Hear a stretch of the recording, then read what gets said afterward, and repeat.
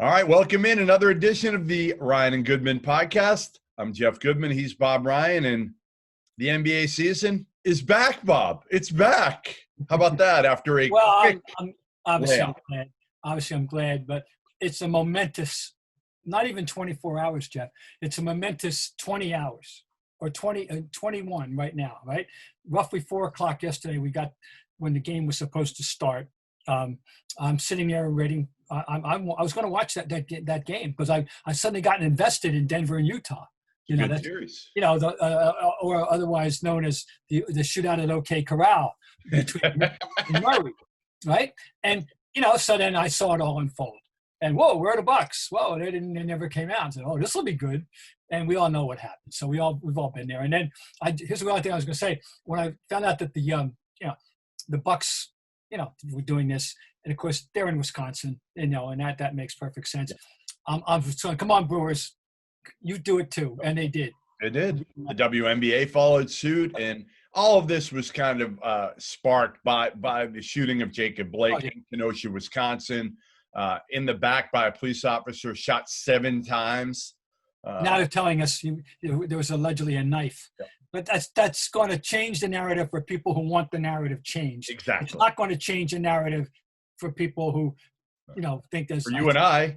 We do that. That was an unnecessary show of force, and not to mention the fact that how any police staff force in America isn't attuned to the sensitivity of what's going on, the world they're living in, how they haven't been properly warned, to go be extra cautious, anyway, it's also self-evident what I'm saying, but that's what makes it so appalling and probably what also just exacerbated it for the African-American athletes, said, when is it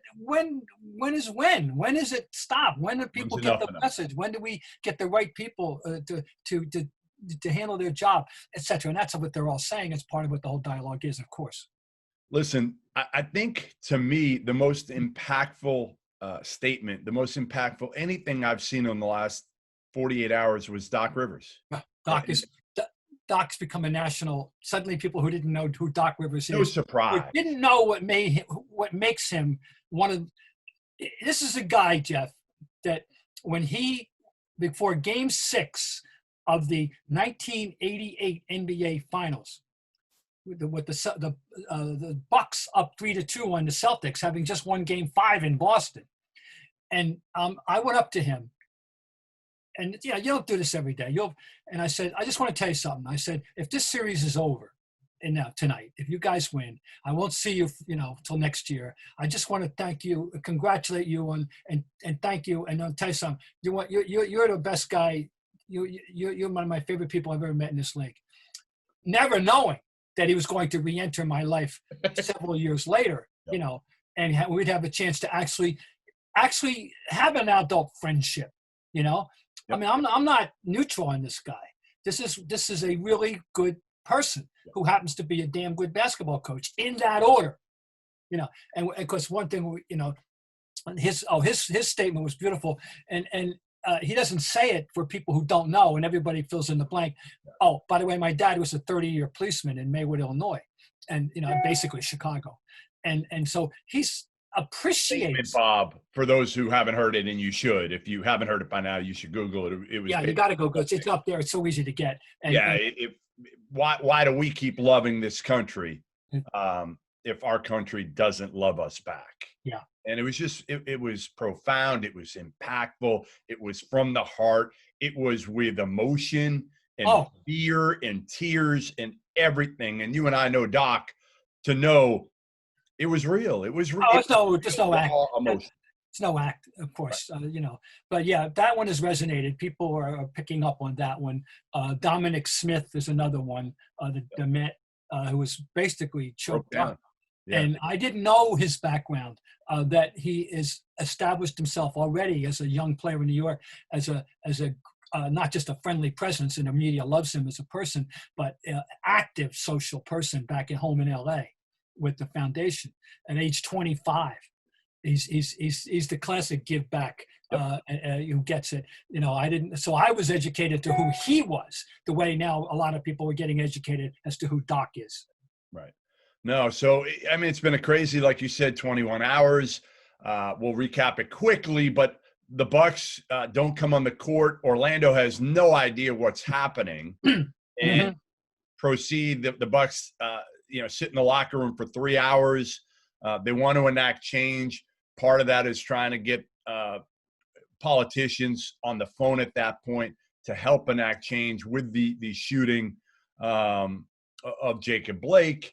And then everything is canceled. Everything is canceled. And then they have a meeting last night, the players, in which LeBron James and the Lakers and the Clippers walk out of that meeting with the intention of sitting out and leaving the bubble and not resuming the season. It was kind of an informal vote, it sounds like. And then today they come back and they have a meeting at 11 a.m. In which the Lakers and Clippers had already had their own kind of meeting.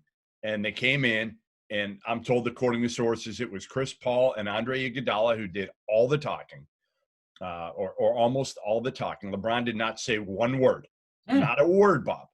And it lasted about 45 minutes, started about 11:20 when the Clippers and Lakers walked in, and all the teams agreed to resume playing. And according to my sources, it'll likely resume on Friday with games. 2 players on every team, and by the time people listen to this, 2 players from every team will be a part of a meeting later on Thursday at 4 o'clock Eastern time to discuss some of the parameters, some of the specifics of how they want to try to further change and heighten awareness. Where do you go from here? What concrete actions, can you take to try to enact this change when ultimately this change is going to have to be made at a level beyond them? But still, it's resonated. Oh boy, and to the point where people in the NHL are saying, well, wait a minute, when are we going to get on board here? Because there are players of color in that league, including some very big ones like Evander Kane, and but anyway, they're it's not. We all know it's very few players of color in that league, but there are some. And by the way, how about the referees? Yeah, getting involved too. Credit. For people who don't know, at 9 a.m. this morning in the bubble land down there, Orlando, Disney World, the referees had a symbolic march. Masked march with Black Lives Matter shirts, right? Or something. It was a Black Lives. No, it wasn't Black Lives. It was something else. But it said it was a statement shirt. And the referees en masse that are down there did. And of course, there are many referees of color. Just as an aside, So it's what type of impact, Bob? You hear people saying it was a historic day, and it was yesterday because it came out of nowhere. We thought maybe the start would be today. Would be Thursday with the Toronto-Boston series because players had mentioned that they might not play. But what is going to be the significance of this, Bob, if nothing changes? I don't know. I mean, I don't. These are great unknowns. It's right now. It's symbolism. It's symbolism. It's extraordinary symbolism. It's symbolism that we've never known in America. I mean, the word boycott. There have been circumstances of there were. Well, the only boycott that I even know about, and someone can educate me that I've missed something, was circa 1912 when the Tigers went on strike for a day in protest of a suspension put on Ty Cobb, who had gone into the stands and beaten up a fan. Oh, it was an aside that the fan had one arm, just as a humorous aside. And they went out and they played a game with a bunch of college players from St. Joseph's mostly, and a pitcher pitched a complete game and gave up like 24 runs, literally. And, and they came back after a day. I know in 1968, and 68, in the aftermath of the Bobby Kennedy assassination, that there was a lot of discussion about not playing over that weekend. But I know for a fact, because the first story I ever did for the Globe was a joint byline story with Peter Gammons on our first day on the job as summer interns, in which we canvassed the sentiment, the reaction around the country from columnists and editorials about what they thought about baseball playing. And so we had to pick, this is, pre-internet, pre-everything, we're on the phone, making these stories. So it seems like it's like a Pony Express, but that's what we were doing. Anyway, also we learned that there was discussion, a great deal of discussion, more than I realized, from the Sixers and the Celtics in the aftermath of Martin Luther King's assassination about what was supposed to happen. But nothing did happen. They didn't go through with anything, So in terms of that kind of, and of course now Elgin Baylor let a boy. He refused to play in a game when he wasn't served, and I forget what city at the time. Bill Russell and the Celtics walked out of a game in. It was 61. 61, right, Bob? Yeah, 61. But what was it? It was Satch and Sam Jones weren't served. And Kuz definitely, and Red drove him to the airport. Kuz what? I heard Kuz said yes. Oh, Kuz was part of the boycott. I thought he played. He didn't play? Oh, I mean, then I got it story wrong. I think Kuzi played. I think Kuzi, Bob, played and didn't really stand behind him as much as Bill. Okay, so that's all in the book then, in the Last Pass book where he's making all his amends. They played. All the white players played for the Celtics. I think it was 5 black players, Bill Russell included, Satch, Sam Jones, that did not play. They flew home. My mistake. Maybe the Hawks? I don't know. Well, it doesn't matter. It was an exhibition, I know. Yeah. But anyway, the idea of a boycott of not playing games is something very rare and very, very historic, But when you answer your question, I don't know where you go from here. What concrete things, had they gone home, what are they going to do? They're going to march? Are they going to get petitions? I don't know what they can do that, except express themselves, which they because one of the implications of all this is that because they're in a bubble, they felt like a lot of certain people were expressing themselves, that they felt pent up, they felt restricted, they felt. Yeah, and it took some of the focus away. Said that, and there were others. I think that the bubble comes into play to accelerate their frustration. That they weren't part of they weren't there to interact with family, friends, and everything else about these matters that are so important to them. They need to get on the same page, I think, is the biggest problem. And I think that's part of the problem from what I'm hearing that LeBron and some of the other players have, was that Milwaukee did it without everybody else knowing what they were going to do, that it should be unified. I told you this months ago when I was privy to that phone call with 80 NBA players. There just was no organization. Mm-hmm. And I think that's the biggest thing here is you got a lot of players, you got a lot of voices right now in that bubble. When you get down to 8 teams, it's going to be a lot easier, right? If you had 8 teams right now and you're in the second round, you'd be talking about 100 players instead of double that. But you have to find a way. If you're Chris Paul and Andre Iguodala, and maybe that's what they did today. They were the only 2 voices from what I was told. And maybe they need to find a way to get everybody on the same page before they're making these decisions. And I know George Hill and Kyle Korver, from what I'm told, apologized for how they did it, not making sure that everybody else had knowledge of what they were going to do, so it didn't put these other teams and players in a tough spot to have to react so quickly. Okay, yeah. Well, that makes sense. This is all happening on the fly. Yep. Let's face it. And to what extent the bubble is contributing to mental tension. Sure. Expressed, of course, by Paul George, who was excoriated naturally in Twitter for that I saw, for coming out and saying I had a dark side, a dark depressionist kind of feeling here. People say, oh, well, these millionaires and they got pampered and all the whole thing, no boo-hoo, and all I know is this. I know enough to know and have respect for anybody that talks about mental illness, and I'm very respectful, and I don't care. And it doesn't.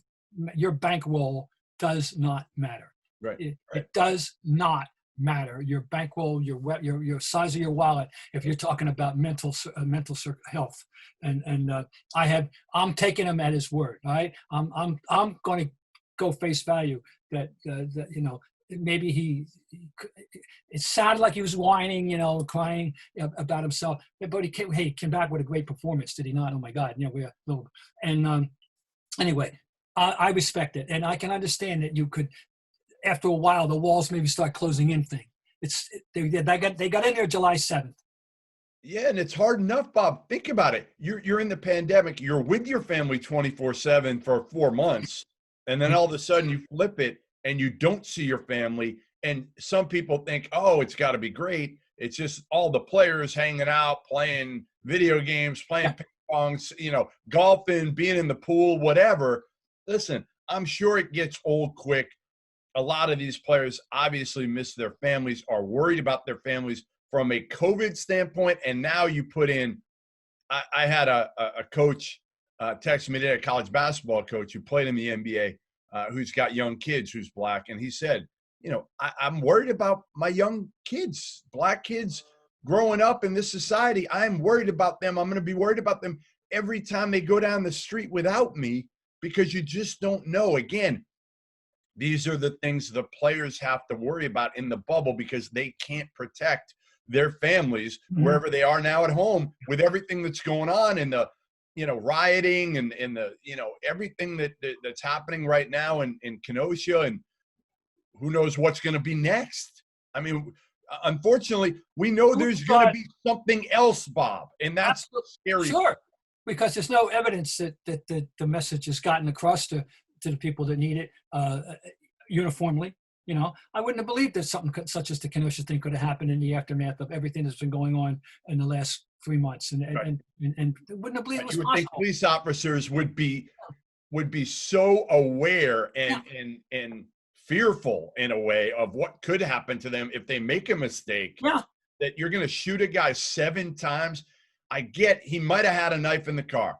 Does that mean you got to shoot him 7 times in the back with 3 kids? 3 kids in the car, young kids, Bob.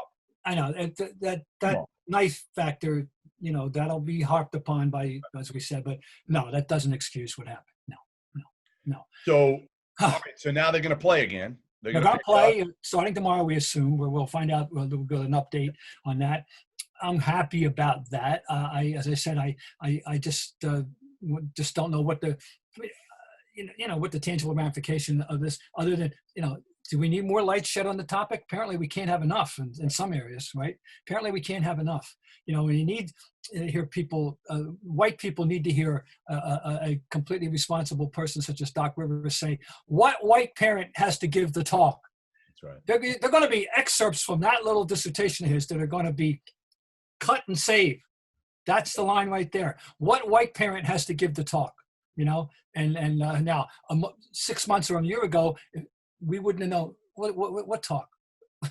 That's right. Like, we Caucasians, what talk?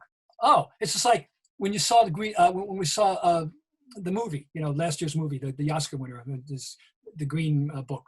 Oh, yeah. And who knew that there was such a thing? That it was completely based on truth. Yep. It was a true story, and we didn't know.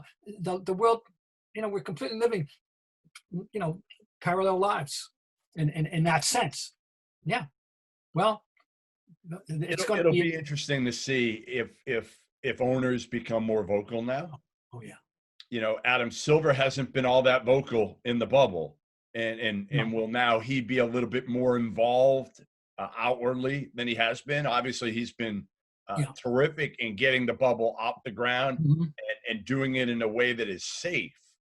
Well, that's one part of this, and that was one. Honestly, when I was listening to that conversation months ago with the 80 players, most of it wasn't about the safety. Most of it was about their voice. Yeah. And at that time, whether going to the bubble was going to take away from the impact that they could have. Mm-hmm. And I think they've realized now, because of these latest incidents and because nothing's happened with Breonna Taylor's murderer, nothing's happened to them. And that's the hard part, is they're not going to be able to impact change quickly. And I think they realized that. Most of the players last night, I talked to several players after the meeting last night. And what most of them were saying to me was, listen, we're not going to be able to do anything to have, the officer who shot Jacob Blake arrested immediately. We can't. What can we do while still playing and finishing the season, which is what they all want to do that I spoke to? What else can we do to heighten awareness? Now, what they did I think by sitting out in the Bucks was make it okay for an NFL team to potentially do that when the season starts. They were the first ones to do that. Would the Lakers, would LeBron have done that without already having the Bucks in front of them? I don't know. Yeah, there's a little toe in the water too by NFL teams not practicing today. Last I heard a few hours ago, there were 3 of them that were planning on having an unscheduled off day, put it that way, by their own choice. So we'll see about where that goes.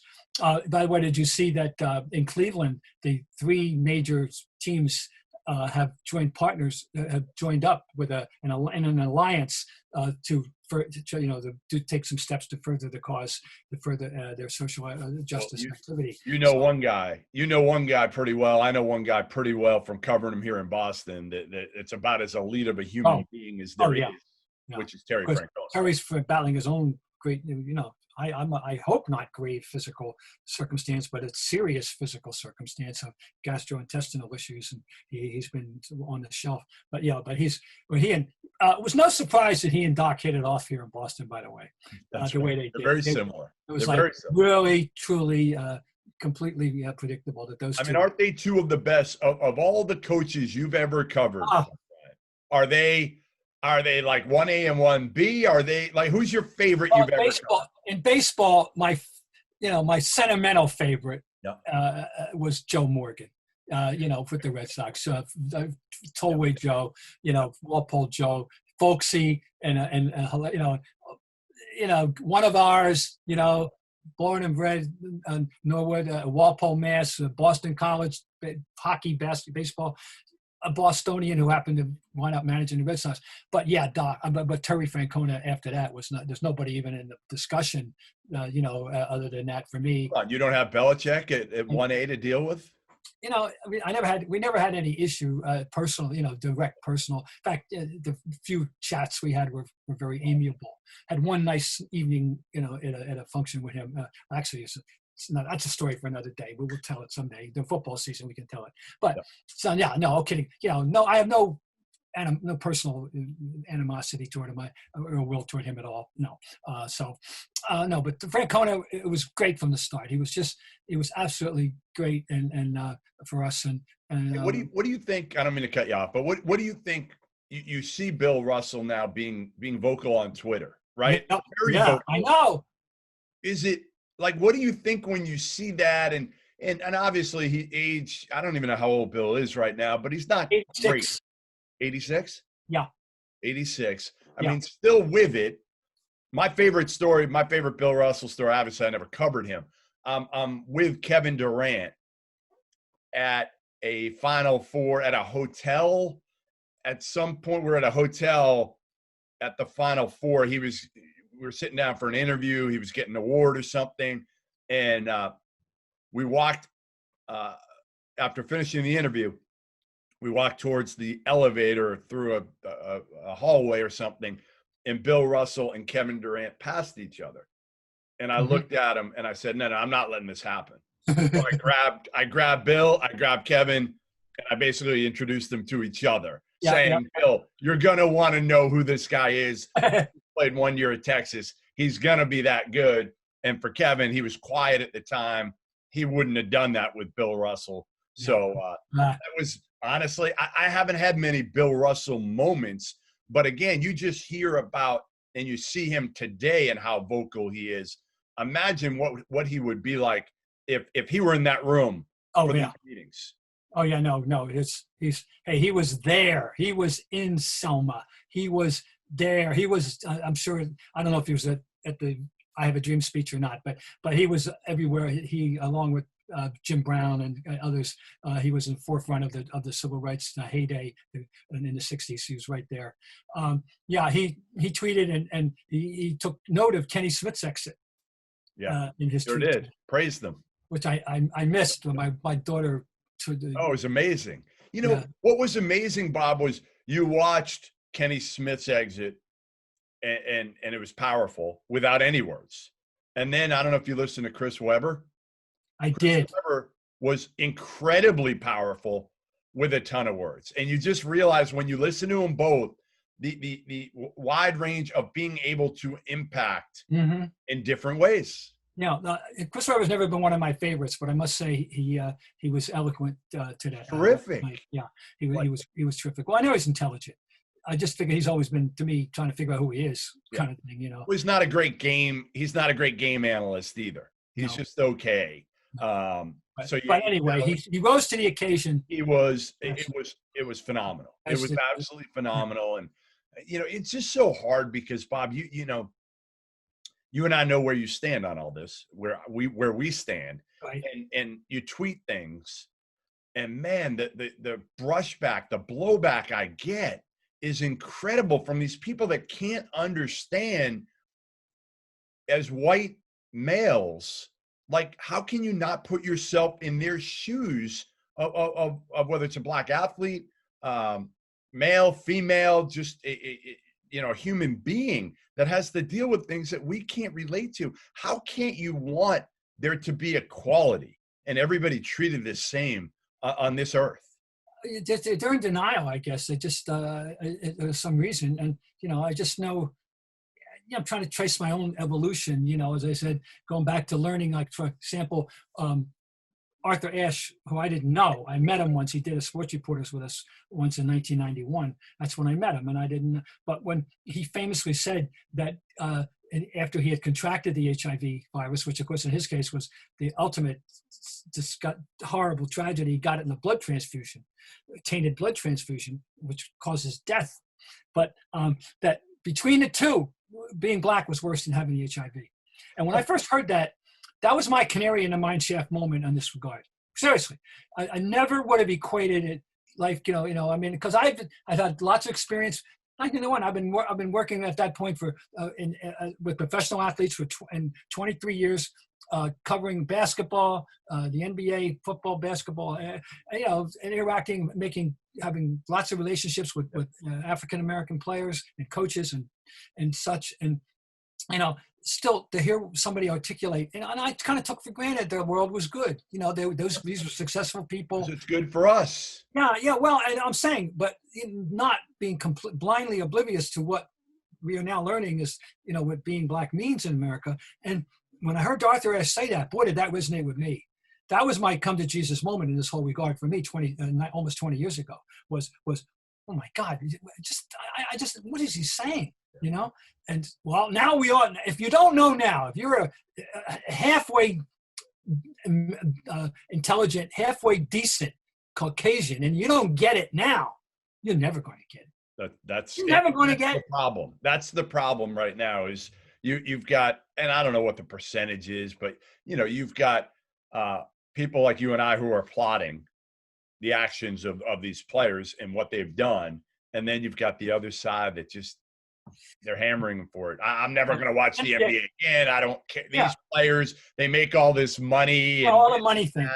Yeah, I know. It's the same thing with the kneeling and the. Right. No, it's. Oh yeah, it's. But if you don't get it now, you're not going to. It's frustrating because I understand it when black people say, "Listen, the problem isn't them. The problem is us." Right, and it is us. Want to mind their own business. It is us, but we can't live a comfortable life the way we do without, I never been trailed in this. I never been 18 years old or 17 and walk into a store and have somebody trailing me to make sure I'm not going to steal something. I never had that happen. And you didn't either. Nope. And so. Oh. I hope they can get what they want to accomplish. Get that done. Whatever it is. I hope they come up because they had, what they need to, what they have to accomplish, what we need to accomplish is not police defunding, it's police reform, police improvement. Right. How hard is that to figure? Right. That's not that hard to figure. Let's weed out the bad police officers that are not protecting the right people. And I get it, of course. There are certain things that are going to happen that are very difficult to control. Right. I mean, police officers do have a tough job. We Oh, know with all due respect, everybody, and as Doc Rivers himself would tell you, they know what it's like to have your dad leave the house every day, and you're not 100% sure he's coming home. And that's the reality of police work, and particularly in major urban areas. Okay, that respect that, and that's we need, and they need police, and Black people need police. They need police to say help, at times. But obviously, not all the right people have taken to that profession. Sadly. All right. Well, listen. We're going to have something to talk about. The ball will bounce tomorrow, Friday. Well, the next one will be a little bit, hopefully, a little bit more basketball focused on the court again. This one, obviously, more importantly, was about what's transpired in the last 24 hours. And we will have NBA playoff basketball here this weekend. Bob, I know you'll be watching. I'll be watching, and we'll talk next week. Okay, Jeff. All right. Thanks, Bob.